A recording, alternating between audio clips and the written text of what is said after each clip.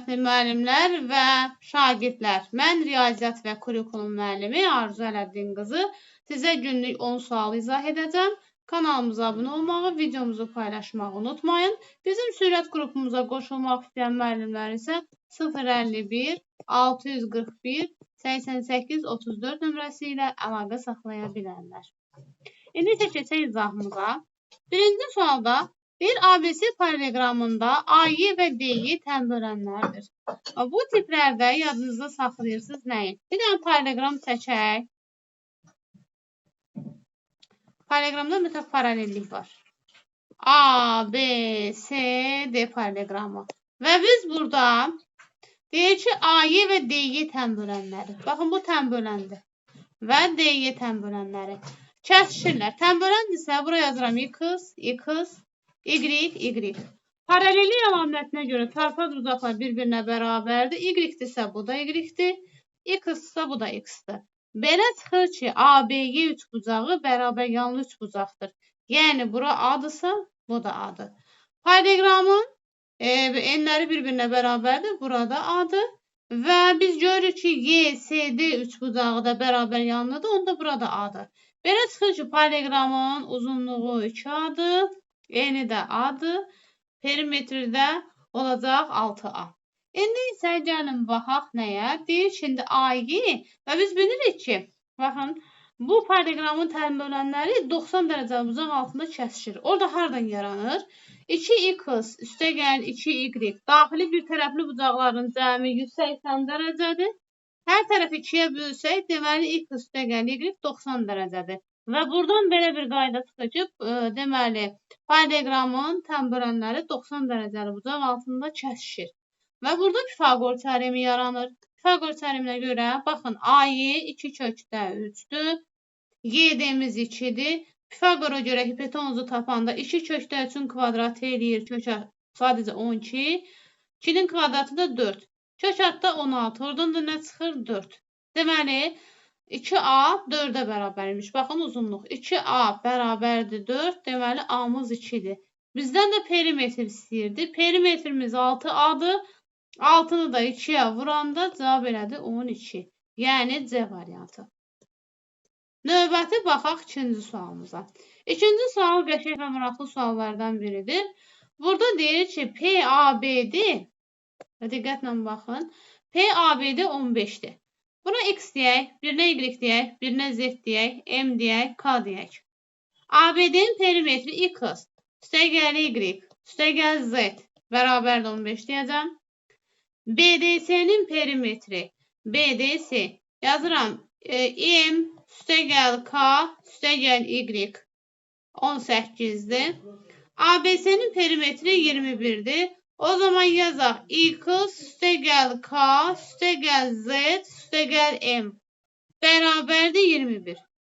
Yuxarıdakı sistemə baxaq. Tərəf-tərəfə toplasaq, görəcəyik ki, 2y üstəgəlinsin x, üstəgəlinsin z, üstəgəlinsin m, üstəgəlinsin k verəcək 33. Və diqqətlə baxın. Burada x üstəgəl k, üstəgəl z, üstəgəl m 21-dir. Yazaq bu 21-i bura. Deməli, 2y nəyə bərabərdir? 2y bərabərdir. 33-dən 21 çıxırsa 12-yə, y-imiz də eləyir 6. Bizim də axtardığımız B-də y idi. Deməli, cavab 6 oldu A variantı. Sonra keçək üçüncü sualımıza. Deyir ki, vektorlar arasındakı bucağı tapın. Mən adətən düsturları sözlə yadda saxlayıram. Qəşəng onda da yaddan çıxmır. Vektor arasındakı bucağı tapmaq istəyiriksə, skalyar hasili böləcəyik uzunluq vur uzunluğa bərabər eləyəcəyik kosinus alfaya. Gəlin skalyar hasilə baxaq. Skalyar hasilimiz 1 vur 2, yəni eləyir 2. Üstəgələ 2 vur mənfi 1, eləyir mənfi 2.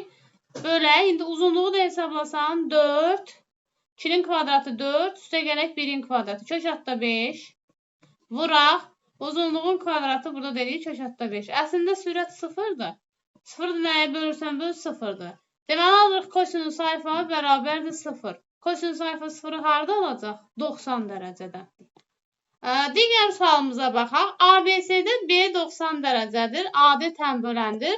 Tənbələn qaydasını xatırlayaq. Mən həmişə bura qollar deyirəm. Bu hissəyə də ayaqlar deyirəm. Qollar, ayaqlar eyni nisbətdə olur. Məsələn, baxın, bunun ayağı 2-dirsə, qolu 2K-dır. Ayağı 4-dürsə, qolu 4K-dır. Hətta tənbələn sahələr, məsələn, baxın, 2-dirsə, bu sahə 2S olur, bu sahə 4S olur əslində. İndi qəşəngcə bunları tapmışam. Məndən nə istəyir? AD-ni. Problem deyil. Mən burada K-nı tapsam, Pifagora görə AD-ni də tapa bilərəm, ya da ki, tənbələn qaydasına görə. İndi mən burada Pifagora görə görürəm ki, katetim 2K-dır. 2K-nın kvadratı 4K kvadratı. Üstə gələk, digər katetimiz 6-dır, 36. Üstə gələk, 4K-nın da kvadratı 16K kvadratı.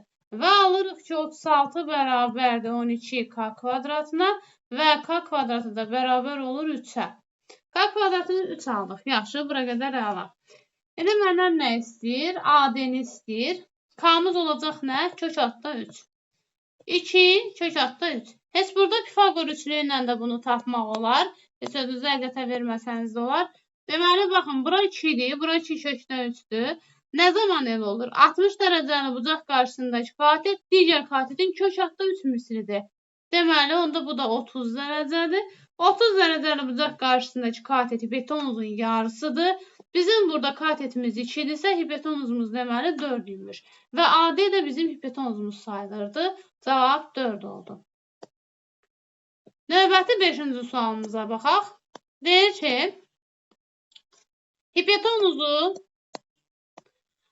4x üstə eqal 6 olan düzbucaqlı üçbucağın düz bucaq təpəsindən ağırlıq mərkəzinə qədər məsafə 2x-dir. Aha, baxaq.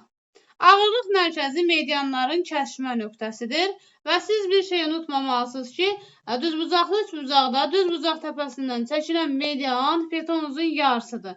Və bizə deyir ki, ağırlıq mərkəzinə, düz bucaq təpəsindən ağırlıq mərkəzinə qədər məsafə. Yəni, bura 2x-dir. Axı, biz bilirik medianlar 2-nin 1-ə nisbətində kəsir. Onda da burada x-dir. Və biz bilirik ki, düz bucaq təpəsindən çəkilən median hipotenuzun yarısıdır.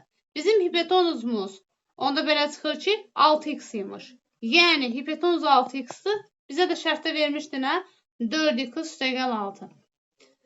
Yazırıq 4x üstə eqal 6-ya bərabər. Eyni şeydir. Və çıxırıq 2x bərabərdir 6-ya. X alırıq neçə? 3. Bu üç bucağın hipotenuzunu tap. Hipotenuzumuz 4x üstə eqal 6 deyildimi? 4 vur 3 üstə eqal 6. O da eləyir 18. Yəni, Y variantı. Növbəti baxaq. Deməli, 6-cı sual qəşəng maraqlı suallardan biridir. Deyir ki, düzbucaqlı üçbucağın hipotenuzun orta nöqtəsindən bir dənə düzbucaqlı üçbucaq çəkirəm və hipotenuzun orta nöqtəsindən təpələrinə qədər məsafə. Bura qədər, baxın, bu hissəyə qədər, bir də buranı deyir. Mən bilirəm ki, düzbucaqlı üçbucaqda məsafələr əgər bərabər deyir ki, orta nöqtəsi deyirsə, deməli, bura yarı bölünüb. Onda belə çıxır ki, bu xət, məsələn, olsun belə deyək də OK. OK mediandır.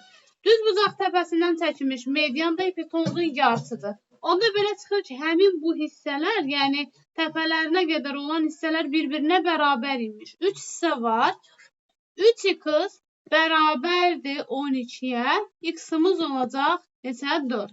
Hipotenuzu soruşduğuna görə bizim hipotenuzumuz 2x-dır. Yenə vururuq 4-ə, cavab eləyir 8. Növbəti sual. Piramidanın oturacağının tərəfləri 9 və 12 olan düzbucaqlıdır. Bir dənə piramida çəkək. Baxaq. Piramida çəkirəm. Baxın. Burada. Bir dənə piramida çəkdim. Oturacağının tərəfləri 9 və 12-dir. Piramidanın hündürlüyü 16 olarsa, onun diagonal kəsiyinin sahəsini tapın. Bizə lazımdır ki, diagonal kəsiyinin sahəsi, baxın, söhbət piramida, bax, bu hissəni istəyir bizdən. Diagonal kəsiyin sahəsi. Mən nə edəcəm? Yan telini tapsam, diagonal kəsiyin sahəsini tapa biləcəm. Deməli, mən bu oturacağı tapsam, həmin bu oturacaq əslində düzbucaqlının diagonalıdır. Və burada da bir dənə Pifagor var. Həmin diagonalı tapmaq üçün kök altında 9-un kvadratının üstə 12-nin kvadratını gəlirik. Yəni 144 üstə gəl 81, 225 eləyir, o da 15. Belə çıxır ki, baxın, bu diagonal kəsiyin Deyim hansı hissədir? Baxın, bu hissədir. Diqqətlə baxın. Deməli, bura oldu 15 və bizim hündürlüyümüz də 16-dır. Hündürlükdə 16-dır. Diagonal kəsiyin sahəsi hansı bir üçbucaqdır. 15, oturacaq çünki 15 də axı burada. 15 vurulsun 16 böl 2. Baxaq görək nə qədərir? 15-i 8-ə vuranda 40, 120. Cavab 120 kvadrat santimetr. Yəni A variantı. Növbəti 8-ci suala baxırıq. 8-ci sualımız belədir. Deyir, kəsiri ixtisar edin. Bu kəsiri ixtisar etmək üçün A-3-ü belə yazaram. Kök altda A minus kök altda 3 vurulsun kök altda A plus kök altda 3. Bölək kök altda A minus kök altda 3-ə. Bunlar da ixtisar gedir. Cavab eləyir nə? Kök altda A plus kök altda 3. Yəni Y variantı. Növbəti 9-cu sual. Burada deyir ki, katetləri 15 və 20 olan, buraya yazıram 15, 20. Gəlin hipotenuzu tapaq. Hipotenuzu tapmaq üçün 15-in kvadratı 225, üstə gəl 400. Eləyir 625. 625 də 25-in kvadratıdır. Hipotenuzu tapdıq. Deyir, düz bucaq təpəsindən onun müstəvisinə 9 cm uzunluğunda perpendikulyar qaldırılır. Baxın, bu 9-dur. Və perpendikulyar uzunluğundan hipotenuza qədər olan məsafə. Baxın, buranı istəyir. Mənə indi lazımdır ki, baxın, bu hissə və bu hündürlüyü tapım ki, və mən burada Pifagoru eləyim. Baxın, düzünə, bax, burada bir Pifagor var. Axı, mən bu düzbucaqlı üçbucağın hündürlüyünü bilmirəm. Düzbucaqlı üçbucağın da hündürlük düsturu var.